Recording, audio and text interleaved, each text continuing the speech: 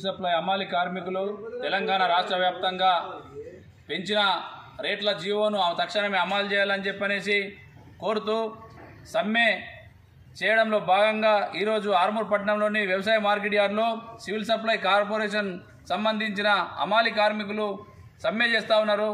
ఈ సమ్మె ప్రధానంగా వాళ్ళ డిమాండ్ ఏంటంటే ప్రతి సంవత్సరము పెంచిన రేట్లను తక్షణమే అమలు చేయాలని చెప్పనేసి కోరుతున్నప్పటికీ ఈరోజు 6 నెలల క్రితము జీవో అమలు చేసి ఇప్పటి వరకు దాన్ని అమలు చేయకపోవడం అనేది చాలా బాధాకర విషయము.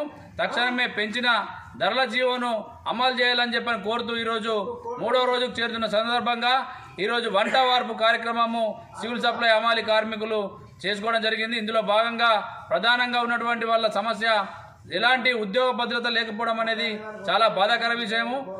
అమాలీలకు ఉద్యోగ భద్రత కల్పించాలని చెప్పనేసి పెంచిన 3 రూపాయల రేటును గతంలో 26 రూపాయలు ఉన్నటువంటి రేటుని 29 రూపాయలకు పెంచినటువంటి ప్రభుత్వము ఇప్పటి వరకు కూడా అమలు చేయకపోవడము చాలా చిక్కుచేట అని చెప్పనేసి భావించి అమాలీలు చేస్తున్నటువంటి సమ్మె 3వ రోజుకు చేరుకుంది. కాబట్టి తక్షణమే రాష్ట్ర ప్రభుత్వము రేవంత్ రెడ్డి సర్కారు స్పందించి వీళ్ళ డిమాండ్ని పరిష్కరించాలని చెప్పని మేము ప్రధానంగా కోరుతా ఉన్నాం.